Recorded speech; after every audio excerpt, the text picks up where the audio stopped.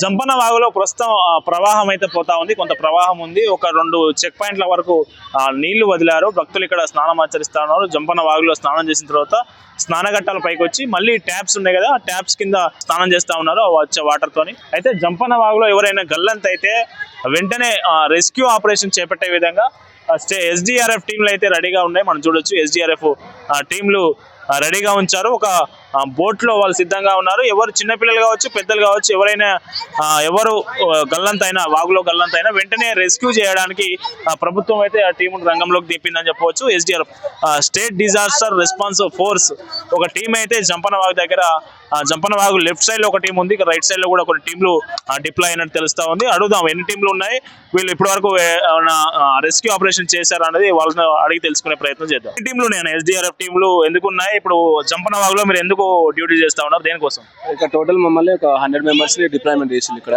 అయితే ఎట్లా అంటే వాటర్ రిస్క్ రిలేటెడ్ గా మేము ఇక్కడికి వచ్చినాం. మాకు ఇక్కడ డైలీ అంటే ఒక 30 మెంబర్స్ షిఫ్ట్ వైజ్ గా చేస్తా ఉన్నాం. ఇక్కడ చిన్నపిల్లలు ఉంటారు అండ్ పెద్దలు ఉంటారు కదా, చాలా మంది ఉంటారు. రద్దీగా ఉండడం వల్ల ఇక్కడ ఒకవేళ మునిగిపోయి వాటర్లో రెస్క్యూ చేయాల్సిన సిచ్యువేషన్ వచ్చింది అనుకో, సో ముందస్తు చర్యలుగా మేము తీసుకొని వాళ్ళను సేవ్ చేయడానికి మమ్మల్ని తీసుకొచ్చారు అన్నట్టు. మా డ్యూటీస్ మాక్సిమం ఎట్లా అంటే ఎవరికి ఏం కాకుండా చూసుకోవడం మా బాధ్యత. ఇక్కడ మేమందరం అంటే మార్నింగ్ నుంచి అంటే డే మొత్తం ఇక్కడ ఉంటాం. అప్పుడు 8 నుంచి మళ్ళీ 8 వరకు ఒక షిఫ్ట్ వస్తారు. మళ్ళీ తర్వాత నెక్స్ట్ డే మళ్ళీ ఇంకోరు వస్తారు అన్నట్టు. ఇక్కడ మా రెస్పాన్సిబిలిటీ ఏంటంటే ఎవరికి ఏం కాకుండా చూసుకోవడం, మాక్సిమం ట్రై చేయడం మా రెస్పాన్సిబిలిటీ. సో దానికోసం మేము ఇక్కడికి వచ్చినాము. ఇప్పుడు వాటర్ ఫ్లో బాగున్న తర్వాత మీకు ఇంకా బాధ్యతలు పెడతాయేమో కదా. ఇప్పుడు మామూలుగా వాటర్ కొంతనే ఉన్నట్టు అనిపిస్తా ఉంది. సరే, అయితే అంటే ఇప్పటి వరకు అయితే కొంచెం అంటే నార్మల్గా ఉంది. ముందు ఇంకా చాలా మంది వస్తారు కాబట్టి అప్పుడు ఇంకా రెస్పాన్సిబిలిటీ పెరిగే అవకాశం ఎక్కువ ఉంటుంది. కాకపోతే ఏదేమైనా మేము మాక్సిమం అందరినీ సేవ్ చేసే విధంగా మాత్రమే ప్రయత్నం చేస్తాం. ఎట్లా సేవ్ చేస్తారు? ఇప్పుడు ఒక చిన్నపిల్లవాడు మునిగిపోయింది అనుకుందాం, వాళ్ళు ఆయన దగ్గరికి ఎట్లా పోతారో, ఎట్లా సేవ్ చేస్తారు? చిన్నపిల్లలు ఎవరైనా ఒకవేళ ఏమైనా ఒక పర్సన్ అంటే నీళ్ళలో డిగ్ అయినా లేదంటే ఒకవేళ ఏమైనా అయినా కానీ మాక్సిమం వాళ్ళ దగ్గరికి బోట్ ద్వారానే వెళ్తాము. మన అంటే ఒకవేళ వాటర్ లెవెల్స్ తక్కువ ఉన్నాయి అనుకో, మేము నడుచుకునే విధంగా అంటే మేమే వెళ్తాం. అక్కడ లేదు ఒకవేళ ఫ్లో ఆడ లోతు ఎక్కువ ఉంది అనుకో వాటర్, అప్పుడు ఎట్లా అంటే బోట్ తీసుకొని పోతాం. లైఫ్ జాకెట్స్ ఉంటాయి మా దగ్గర, లైఫ్ జాకెట్స్ ఉంటాయి, లైఫ్ బాయ్స్ ఉంటాయి. వీటి ద్వారా మేము ఆ పర్సన్ దగ్గరికి వెళ్ళి వాళ్ళని తీసుకొని రాగలుగుతాం. ఎన్ని రోజుల నుంచి ఇక్కడ డ్యూటీ చేస్తా ఉన్నారు ప్రస్తుతానికి? మేము చేయబట్టి ఒక 10 డేస్, ఇప్పుడు 17 నుంచి స్టార్ట్ అయింది మాకు. అంతకుముందు అంటే ఇంతమంది లేవు, కాకపోతే తక్కువ మంది వచ్చిపోయేది. 17 నుంచి మొత్తం 100 మెంబర్స్ ఇక్కడనే ఉంటారు.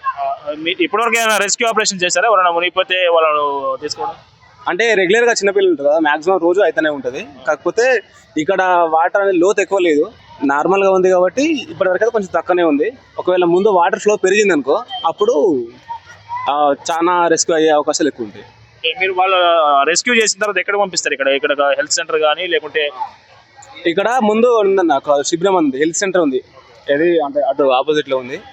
ఫస్ట్ ఎవరైనా మిస్ అయినా లేదంటే ఏమన్నా పోయినా కానీ ఫస్ట్ వాళ్ళని బయటకు తీసుకొచ్చి ఒకవేళ వాళ్ళ సిచ్యువేషన్ బట్టి సిపిఆర్ ఒకవేళ అవసరం ఉంది అనుకో, సిపిఆర్ చేసి ఆ హెల్త్ శిబిరానికి అక్కడ తీసుకెళ్ళి అక్కడ అప్పు చెప్తాం.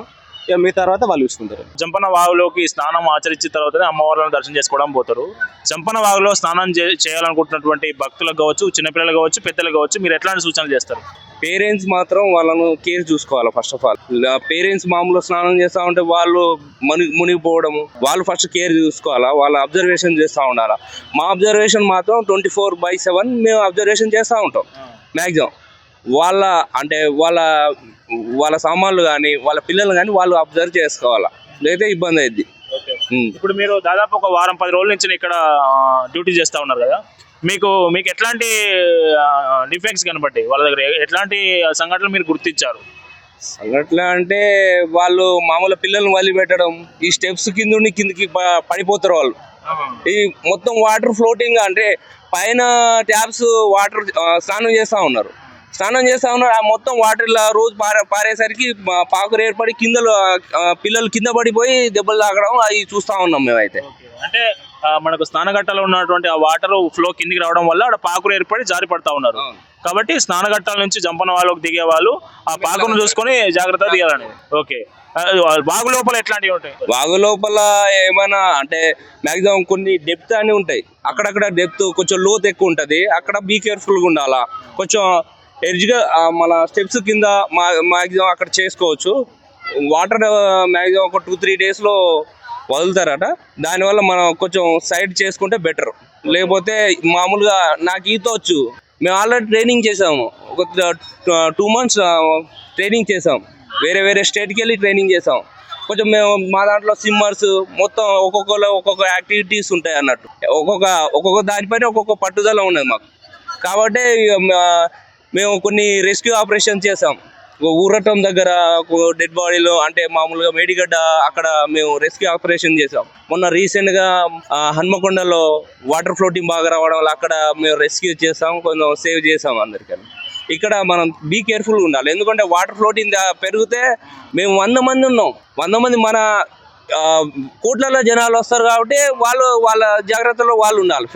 నేను రక్షిస్తాం, మ్యాక్సిమం ఎఫెక్ట్ పెడతాం. వాళ్ళు కూడా వాళ్ళ ప్రవర్తనలో వాళ్ళు ఉంటే కొంచెం బెటర్.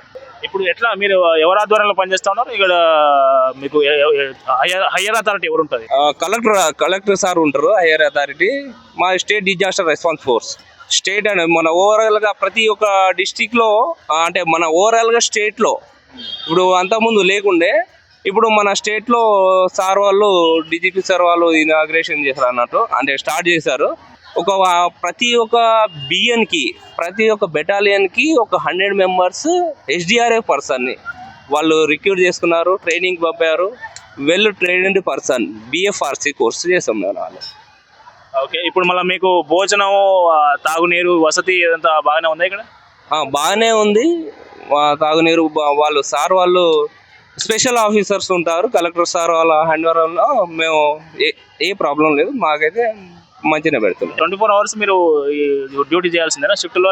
షిఫ్ట్ వైజ్ గా చేస్తున్నాము.